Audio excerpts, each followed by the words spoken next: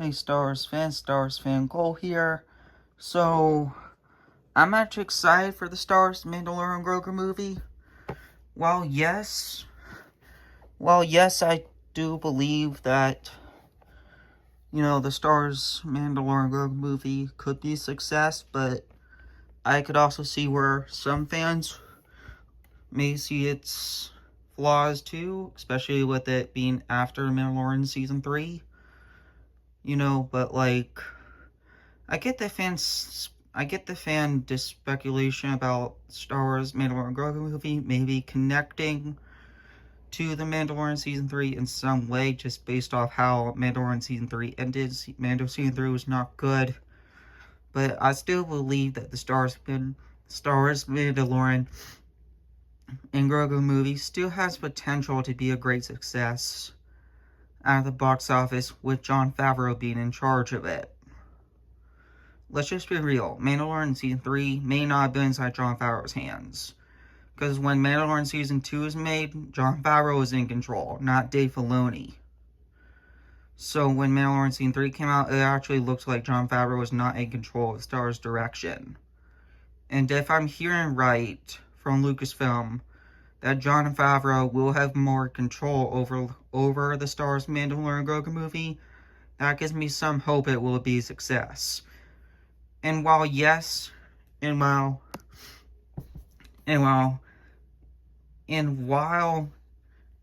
yes, like a bounty hunter placing, or the hut, or what's left of Jabba the Hutt's empire, like whatever huts from Jabba the Hutt's empire, placing a bounty on Roti to kill Rhoda the Hutt, so the other huts could take over Jabba's empire.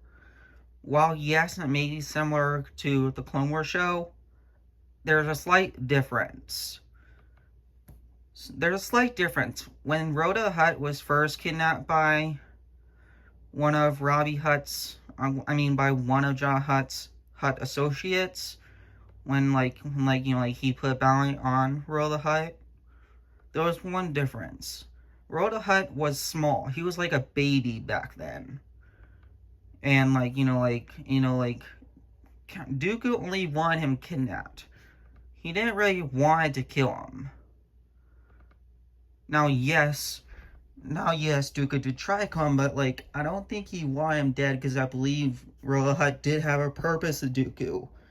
But once that purpose was no longer needed, Dooku wanted to kill him. And he was rescued by Anakin Skywalker and Ahsoka. The only difference is back then he was kidnapped. When now inside the Mandalorian Grogu movie, what's left of Jabba the Hutt's current empire may not really want to capture Rhoda the Hutt. They may actually want him dead. Whoever placed that bounty on Rhoda the Hutt's head and have Imbo hunting him down, they don't want him kidnapped. They want him dead. Because they see him as actual threat to controlling Jabba the Hutt's criminal empire. Therefore, seeing how Rhoda the Hutt is Jabba the Hutt's son, and how he could take over current empire, the other Huttlights from Jabba's current empire probably doesn't want that, and probably wants Rhoda the Hutt dead, because they don't want him to take over Jabba the Hutt's empire, and they want it for themselves. That's mainly what I feel like makes it different from the Clone Wars show. And Rhoda the Hutt probably bigger, probably Jabba the Hutt's size is time, and the other Hutts probably want him dead because they don't want Jabba the Hutt's son taking over Jabba's current empire, and therefore they want Rhoda the Hutt dead, and that's why they hired Imbo to kill him. And how I think this will play out is we don't want him dead, and the New Republic will hire Din Djarin and Grogu to save Rhoda the Hutt from Imbo and from the people trying to kill him. That's mainly what I think may be a good story, because it is similar to the Clone Wars story, but it's a bit different. It's similar, but different. And that's kind of what I feel like makes it a little bit more interesting. But I also don't believe that Imbo will be the only villain in the show. In the movie. I believe somehow Moff Gideon might return. I don't believe it'll be the real Moff Gideon. I believe it'll be one of Moff Gideon's Force sensitive clones. Because while, yes, the real Moff Gideon was destroyed, we still don't know if one of Moff Gideon's Force sensitive clones of himself possibly survived. Because not all of them could have been destroyed. Maybe one survived. Maybe that one is acting as the new Moff. Maybe that one of those Moff Gideon Force sensitive clones may have survived. And maybe a big threat to the movie that maybe Luke Skywalker Grogu may have to connect to a Force dyad to defeat him, if he is Force sensitive and all. And that's something I find very interesting. And with Thrawn's return being somehow implicated in the movie, that also makes it interesting too. Anyways, I'm excited for this movie. I do believe it has potential to be a great Star Wars movie. And I'm excited to see it, because it may have potential to be good. It may not be a total failure that everyone's thinking it's going to be. I think it could be a potential to be a great movie. And I'm definitely going to be seeing it in theaters when it comes out. That's definitely for a fact. Because I do believe it has potential to be good. Now the other thing I'm also hearing is that there's news of Kathleen Kennedy possibly retiring from Lucasfilm the end of 2025. I'm actually excited for this news because I do believe Star Wars will be a much better place if Kathleen Kennedy is gone. Now, here's something I really want Disney to do right. Disney, Bob Iger, if you're hearing this, please make the right choice and don't let Kathleen Kennedy choose her successor. Do not let her choose Dave Filoni or Simon Kinberg.